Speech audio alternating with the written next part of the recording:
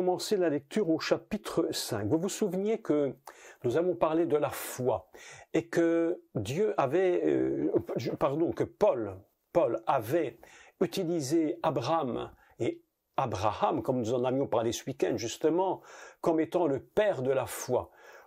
La question s'est toujours posée et toujours intéressante. Pourquoi n'a-t-il pas choisi Noé, tout compte fait? S'il y a bien un homme de foi, c'est bien Noé, vous vous rendez compte? Le gars qui te bâtit un bateau pendant 120 ans, et le type, il ne se décourage pas. Après 10, 20 ans, nous autres, il y a longtemps qu'on aura arrêté probablement la construction du bateau, à moins que nous ayons une foi comme celle de Noé. Pourquoi pas, je vous le souhaite, je ne dis pas. Mais voilà qu'il n'est même pas appelé, comme nous pouvons l'imaginer, le père de la foi, selon qu'Abraham l'est appelé, parce qu'Abraham a quelque chose de très très particulier, dont je ne vais pas reparler tout ce soir, on en a déjà énormément parlé, mais il possède en lui quelque chose de très très très fort concernant la dimension de la promesse d'Israël. Nous ne devons jamais oublier Israël, qui est un des fondements de toute la foi et du salut de l'humanité. Abraham a quelque chose de très très très particulier. Donc nous lisons maintenant à partir de là, Paul va donc expliquer la foi, comment il est arrivé à croire que tout était possible alors que la situation disait que tout était impossible. Mais c'est parce qu'il a la foi qu'il va être justifié. Il va être rendu juste. Et là, quand on parle d'Abraham, le mot qui va être utilisé dans la justification d'Abraham, c'est le même mot qui était utilisé pour Noach. Lorsqu'on dit qu'il était trouvé juste et qu'il était tzaddik et tamim, il était juste et intègre. Vous avez remarqué qu'une chose, mais tellement importante, je vous assure, c'est tellement important concernant Noé et Abraham, c'est l'intégrité. Il n'est absolument pas possible de rentrer dans l'œuvre de Dieu, de se dire enfant de Dieu, du Messie, du Mashiach, et même d'être dans le ministère si nous ne marchons pas dans l'intégrité.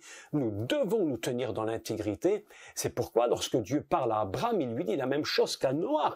Il lui dit, sois intègre.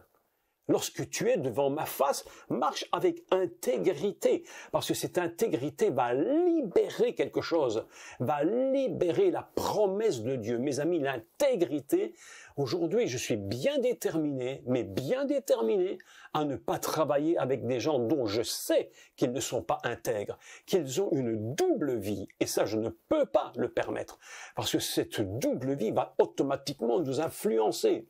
Abraham marche dans l'intégrité. Et nous lisons le texte. Chapitre 5, verset 1. Étant donc justifiés, écoutez bien le mot, nous sommes justifiés par la foi. Rappelez-vous toujours que Abraham et Abraham plus tard, était un homme qui, il n'avait même pas reçu comme le peuple d'Israël, la Torah, en tant que telle, en tant que 10 paroles écrites. Il n'avait pas les 2 pierres, Abraham. Il était le fondement même de ce qui allait se produire plus tard. Mais c'est extraordinaire parce que, à cause de cette situation d'Abraham, qui lui est non juif, il n'est pas juif. Il est monsieur qui vient de Babylone. Et plus tard, le peuple d'Israël existera. Mais pour l'instant, Abraham, il est un homme justifié, il est rendu juste par la foi. On va expliquer un peu, en quelques mots, qu'est-ce que la foi. Parce que la foi, vous savez que c'est un mot en finalité qui n'existe même pas en hébreu. C'est une traduction. C'est une adaptation de quelque chose qui, pour beaucoup, est un peu vague. C'est quelque chose qui est qu'on ne peut pas trop toucher. Et pourtant, la foi est quelque chose de tellement concret. Je vais vous expliquer en quelques mots, mais nous lisons. Étant donc justifié, écoutez les mots, il faut les écrire, il faut s'en souvenir. Justification et foi. Et pas n'importe quoi. On ne fait rien sans être justifié. La foi dans le Mashiach et pour l'œuvre de Dieu ne fonctionne que sur une base, c'est notre justification. Sans justification, nous ne pouvons pas fonctionner dans la foi. est très, très, très important. Étant justifiés par la foi, ils sont liés ensemble. La foi et la justification fonctionnent de pair. C'est impossible de les séparer. Nous avons reçu quelque chose. Alors, écoutez-moi bien. Écoutez bien le texte. La foi, pour beaucoup de croyants, même pour moi pendant des années, c'était je crois pour voir des miracles, pour voir des prodiges, des merveilles. Ça, c'était le but. Est-ce que j'ai la foi? Est-ce que ce n'est pas vrai si je vous dis que par la foi, nous essayons de croire dans des choses impossibles? Mais oui. Mais voilà que Paul va nous dire quelque chose qui est complètement différent. Et là, c'est absolument incroyable. Il dit, étant justifiés par la foi, nous ferons des miracles. Non, c'est pas ça. Nous avons la paix. C'est extraordinaire ce texte. Avant de commencer, mes amis, de vouloir produire de grands miracles, des prodiges, des œuvres absolument extraordinaires, la première chose qu'il nous faut, c'est le shalom de Dieu. Il nous faut la paix. Et mes amis, je vous dis avec sincérité, beaucoup de chrétiens, de croyants, de juifs, même dans la Torah qui passent, n'ont pas la paix. Ils n'ont pas trouvé cette paix intérieure. Ils chantent dans les églises la paix, ils rentrent chez eux, c'est le trouble. Parce que, étant justifiés par la foi, non, j'aime beaucoup ce texte de Paul, nous avons trouvé la paix. La paix avec Dieu, par notre Seigneur, Yeshua HaMashiach. Vous voyez, ce petit premier verset est tellement impressionnant. Il est rempli, mais rempli d'une puissance de Dieu absolument inimaginable. Ça nous dépasse complètement. Le but de Dieu, mes amis, écoutez-moi, fondamentalement, c'est pas de nous faire des miracles. Je vous le dis, c'est de trouver la paix de Dieu. Si tu n'as pas la paix, tu peux faire ce que tu veux. Tu peux essayer de produire toutes les œuvres de Dieu. Mais quelque chose en toi ne fonctionne pas. Étant justifiés par la foi, nous avons la paix avec Dieu par notre Seigneur Yeshua HaMashiach, à qui nous devons d'avoir eu par la foi, je vais expliquer la foi, accès à cette grâce. Vous imaginez que rien que ces textes-là demanderaient à eux seuls des heures d'enseignement. Je voudrais en quelques mots vous parler de la foi et vous donner quelques définitions de la foi et vous montrer les relations de la foi avec d'autres idées et d'autres valeurs hébraïques. Comme vous le savez, je crois que tout le monde le sait, la Torah évidemment est conçue, bâtie sur un système absolument génial, divin, complètement mathématique, qui fait que tout se rejoint dans des poids, dans des valeurs. Je ne peux pas penser la foi n'importe comment. La foi, c'est pas du n'importe quoi. La foi, c'est pas j'ai envie de faire pour Dieu, donc je fais. C'est pas ça la foi. La foi, c'est est-ce que j'ai reçu du Mashiach? Est-ce que j'ai reçu de lui ce qui permet à la foi d'exister en moi? Donc, vous savez, une chose est très intéressante dans le mot foi. Le mot foi est mouna. Et mouna, dans sa valeur ordinale, c'est-à-dire dans l'ordre des lettres hébraïques, 1, 2, 3, 4, 5, 6, 7, 8, 9, 10, 11, 12, 13, jusqu'à 22. Dans sa valeur ordinale, le mot Emouna a une valeur de 34. 34. Ce qui est déjà en soi absolument extraordinaire. Parce que 34, si vous faites ce qu'on appelle en décodage hébraïque une contraction de la valeur, vous avez 7. 7, c'est quelque chose qui crée. L'Emouna, la foi, c'est quelque chose qui crée quelque chose de Dieu en nous. La première chose que la foi produit dans l'être humain, normalement devrait produire, c'est la paix. C'est la paix.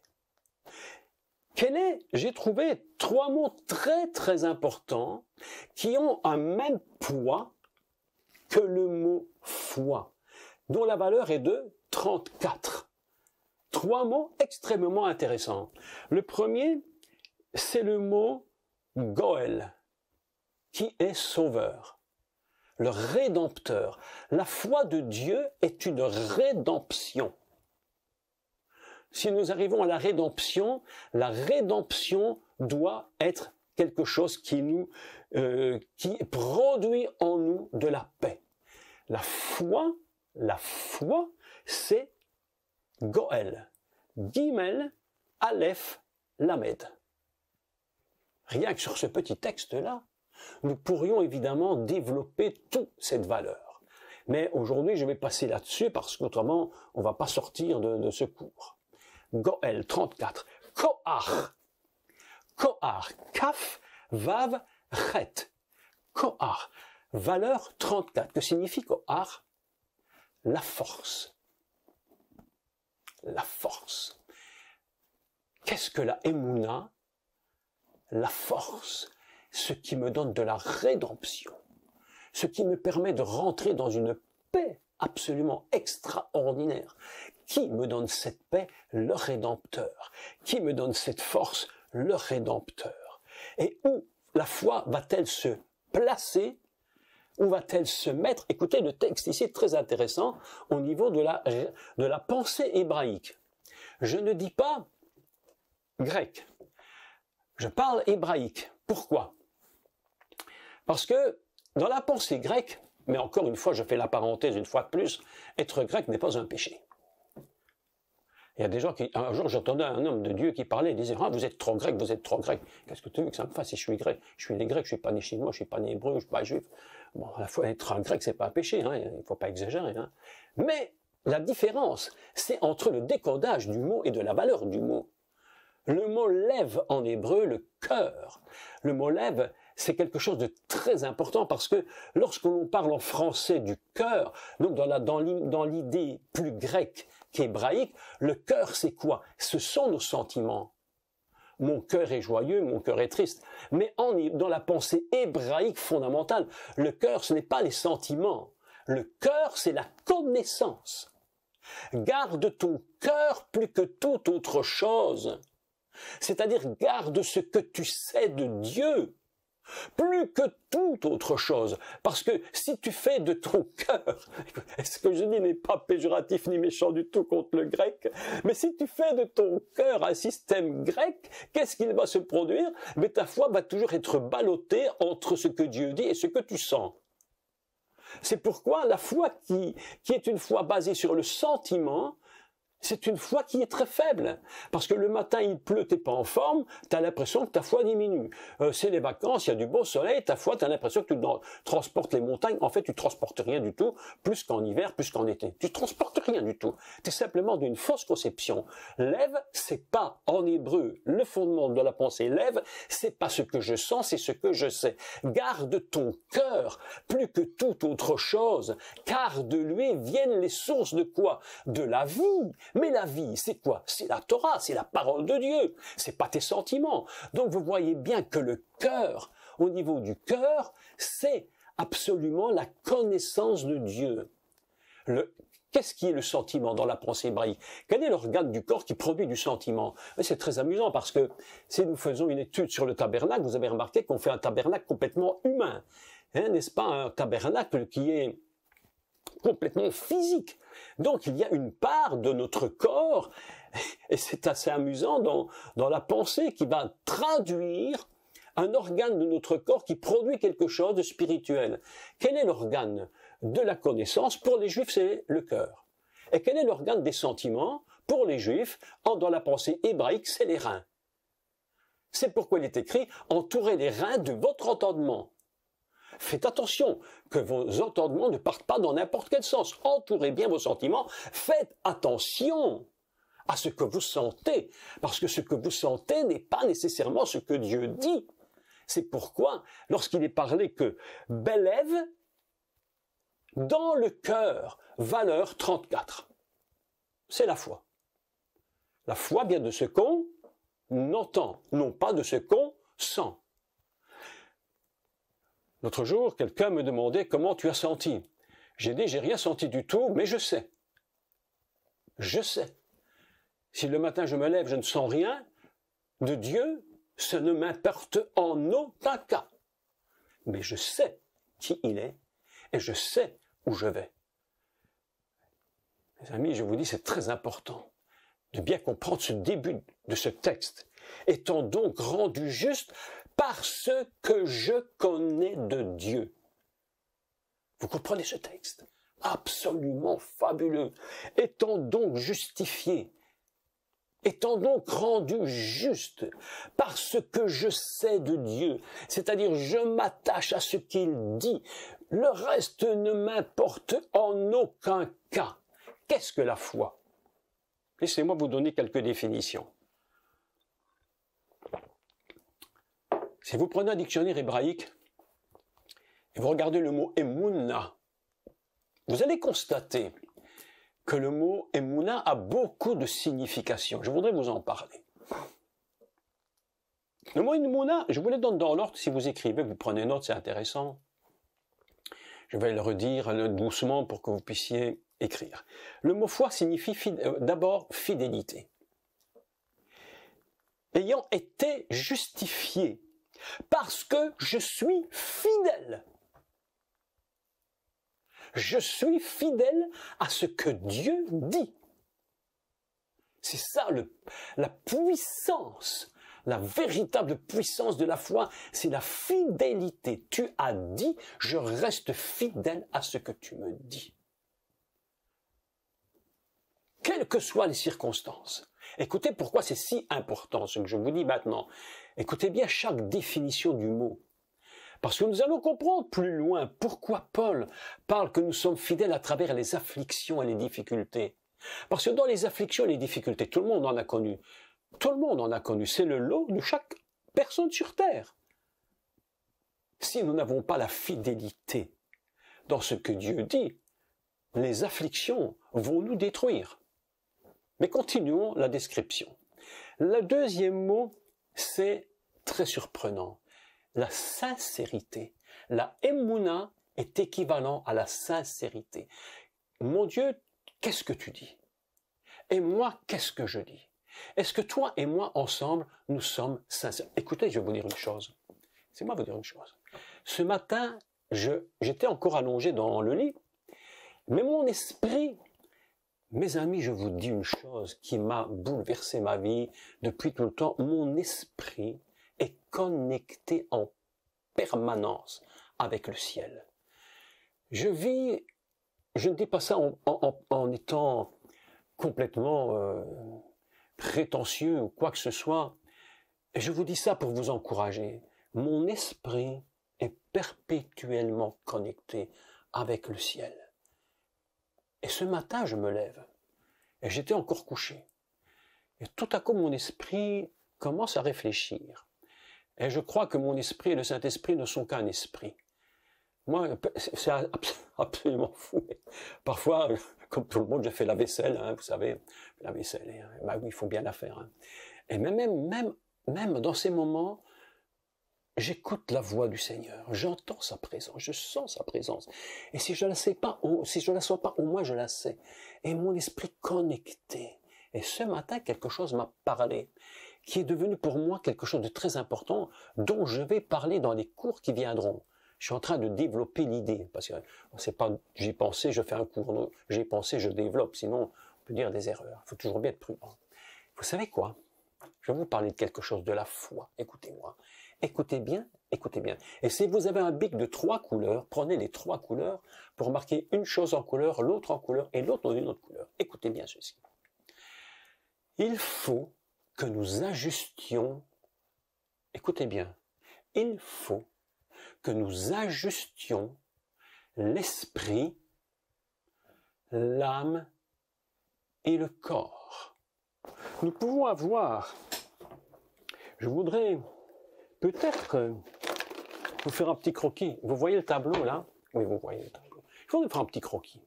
Tout simple, regardez. On va dire que ceci, cette couleur, le bleu, c'est le corps. Ouais, bon, c'est pas très droit, mais enfin, vous me comprenez. C'est le corps. On va dire que le vert, c'est l'esprit. esprit, on va dire le corps,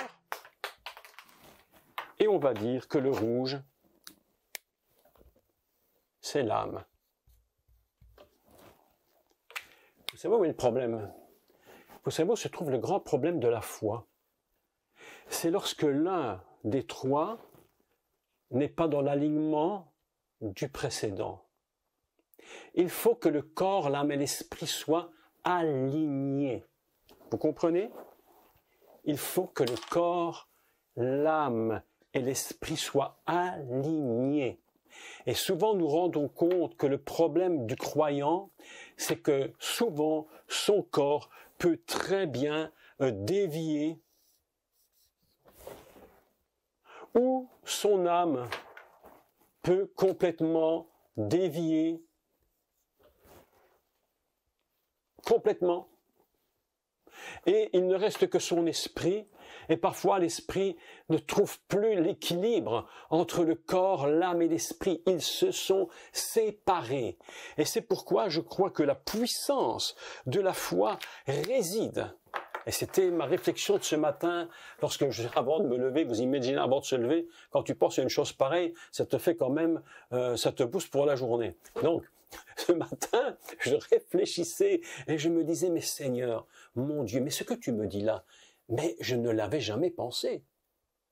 Que le corps, l'âme et l'esprit doivent être absolument alignés tous les trois ensemble pour faire une connexion unique. Mon corps ne peut rien faire si mon âme n'est pas alignée. Mon âme ne peut rien faire si elle n'est pas alignée dans la notion de l'esprit de Dieu. Il faut que les trois fonctionnent dans un parfait alignement. C'est ça le principe de la foi. Certains ont une foi. Écoutez, c'est un peu fou ce que je dis, mais une foi spirituelle immense. Mais le corps ne suit pas. Oui, le corps ne suit pas. Certains ont une âme extrêmement alignée sur le corps, mais l'esprit, lui, il a complètement pris son bagage et il a fait une petite promenade dans son petit endroit bien tranquille. Et ça ne fonctionne plus. Et ce matin, j'étais en train de réfléchir et je me disais, mais la question de la foi, en fait, elle est souvent détruite cette foi parce que nous ne sommes pas alignés tous ensemble. Les trois dimensions ne sont pas unifiées dans une même direction. C'est très important. Je suis en train de réfléchir à cela. Je crois, si le Seigneur le permet, que je vais devoir développer véritablement les trois dimensions dans un cours par dimension et puis faire une globalité pour réunir tout ensemble afin que l'on comprenne où peut se trouver notre problème.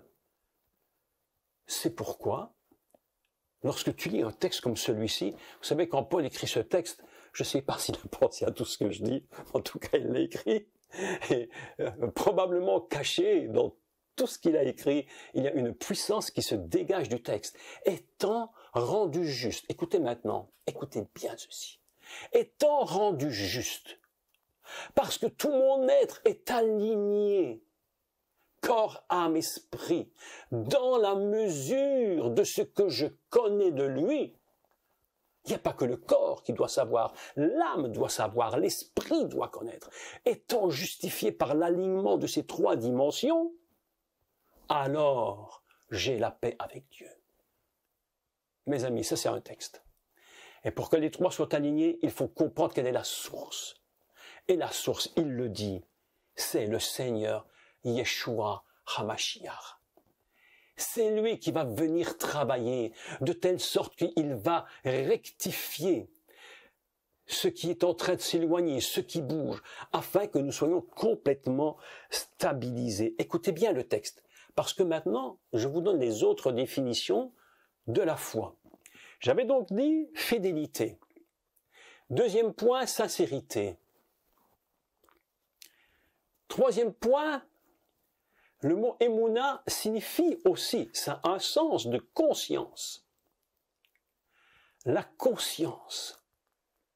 La conscience est un mot qui mériterait d'être expliqué. Il a plusieurs sens différents. Conscience de quelque chose, ou avoir une bonne conscience, une conscience qui ne bronche pas, qui ne bouge pas, parce que nous sommes justifiés. La conscience est là. Donc, Fidélité, sincérité, conscience. Emouna signifie également la vérité. La vérité.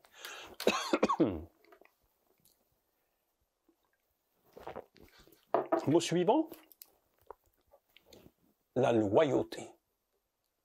Vous savez que la loyauté, mes amis, c'est quelque chose de difficile à trouver sur cette terre. Les gens qui sont loyaux sont difficiles. Parfois, j'essaie de compter mes vrais amis, ceux à qui je peux vraiment me confier et dire, est-ce que tu peux m'écouter? Parce que j'ai confiance en toi. Mes amis, si tu as 5 doigts sur une main, eh bien, tu peux compter que sur cette main, tu as très peu de gens loyaux. Et la foi, c'est lorsque la loyauté envers notre Seigneur est indéfectible. La parole nous dit qu'il est, lui, loyal avec nous. S'il est fidèle, si nous sommes infidèles, il demeure fidèle. C'est-à-dire qu'il demeure dans la loyauté vis-à-vis de nous. Ce qu'il a dit ne changera jamais. Et mes amis, ce que Dieu recherche en toi et en moi, c'est un homme, une femme loyale, en qui tu as totalement confiance. Et il faut, mes amis, écoutez, il faut qu'on comprenne un principe. Ce n'est pas que nous qui disons « Oh mon Dieu, tu es loyal dans toutes choses ». Il faut que Dieu te regarde et que de sa bouche de Dieu, il dise « Mon fils, ma fille, j'ai vu en toi un homme, une femme aussi loyal que moi je suis avec toi ». Oui, je vous assure que c'est vrai.